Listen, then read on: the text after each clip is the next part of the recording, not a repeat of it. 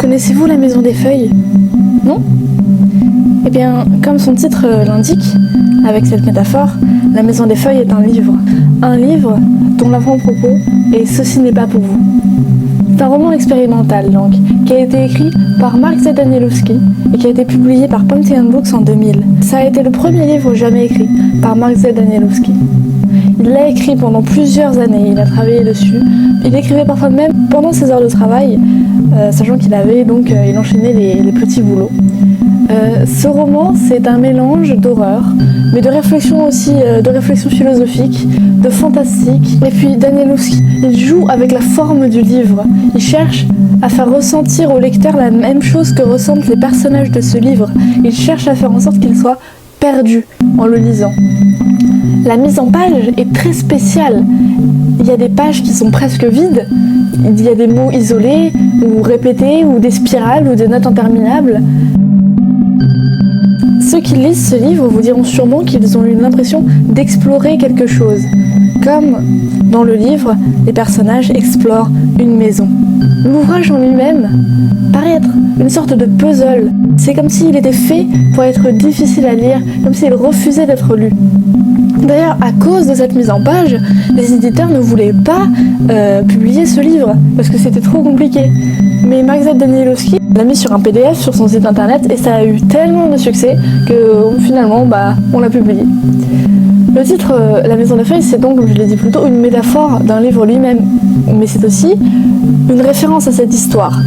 L'histoire qui se passe dans ce livre, tout tourne autour d'une maison.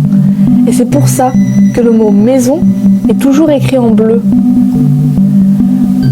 Ce roman contient plusieurs récits imbriqués, un peu comme des poupées russes. Le premier récit, c'est une thèse écrite par un homme aveugle qui s'appelle Zampano. Il est mort pendant des circonstances mystérieuses pendant son travail. Cette thèse, elle analyse un faux documentaire appelé The Navidson Record. On y suit une famille qui emménage dans une maison étrange dont la structure semble impossible. Les murs bougent, les lois de la physique sont défiées et un labyrinthe infini apparaît à l'intérieur. La famille décide alors d'explorer ce lieu hostile, parce que bien évidemment, qui ne ferait pas ça, ça paraît logique. La maison semble rejeter ses habitants, et le livre semble rejeter ses lecteurs. Donc l'horreur vient surtout du vide, de l'infini, de l'incompréhension qui a été provoquée par l'expansion de la maison.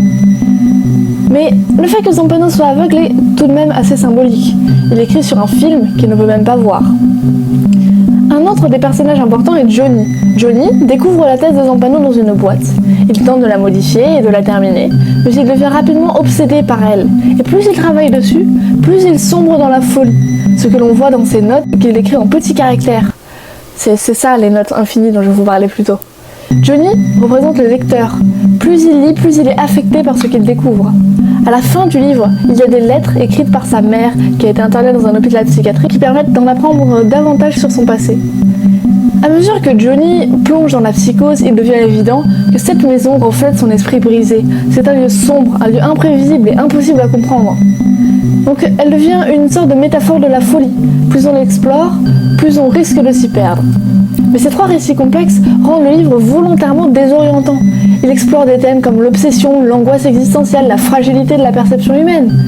Le lecteur doit constamment remettre en question Johnny, puisque sa folie altère sa vision de la réalité. La frontière entre fiction et réalité devient extrêmement floue. Johnny ment parfois au lecteur, ou il se moque de lui dans ses notes. La maison ne représente donc pas seulement le livre, elle symbolise aussi le labyrinthe de l'esprit humain. Mais La Maison des Feuilles n'est pas seulement une histoire sombre ou une analyse complexe d'un faux documentaire, c'est aussi une satire.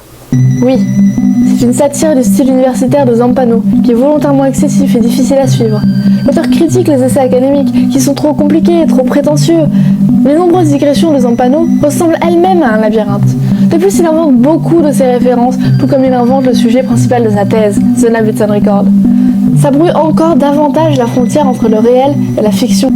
Les notes de Johnny sont aussi satiriques, cette fois envers le style plutôt poétique, avec beaucoup de longues réflexions philosophiques qui semblent profondes, mais qui ne veulent parfois rien dire. La seule partie qui n'est pas satirique, c'est le Navidson Record en lui-même, ou plutôt sa description. En conclusion, ce roman n'est pas simplement un livre d'horreur, c'est un puzzle qui a été conçu pour être analysé. Le symbolisme n'est jamais expliqué clairement parce que ce type d'œuvre est fait pour être interprété de multiples façons. Il existe d'ailleurs énormément de théories à son sujet.